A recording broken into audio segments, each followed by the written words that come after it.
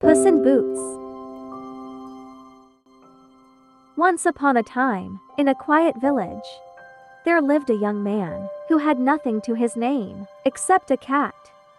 But this was no ordinary cat. He wore tall leather boots, a wide-brimmed hat with a feather, and carried a small sword by his side.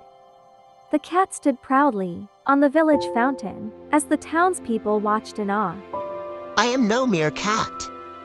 He said with a wink. Call me Puss in Boots." The young man, whose father had been a poor miller, sat on a bench, looking worried. What will I do? I have no money, no job, and nowhere to go. But Puss in Boots sat beside him, his tail flicking confidently. "Fear not, my master. Said the cat. I will make your fortune. Just trust in me." That night, in a small candle-lit room, Puss in Boots began to plot. He laid out maps and scribbled his plans, his sharp eyes glinting in the soft light. "First, He whispered. I must meet the king.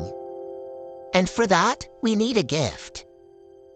Early the next morning, Puss in Boots set off down a winding road, his boots kicking up dust as he marched confidently toward the distant castle. Fields of golden wheat swayed in the breeze as the castle's towers gleamed under the bright blue sky. At the grand palace, Puss in Boots knelt before the king, presenting a plump rabbit he had caught. "A gift from my master, the Marquis of Carabas." He announced with a flourish. The king, impressed by the cat's manners and his fine clothes, smiled warmly.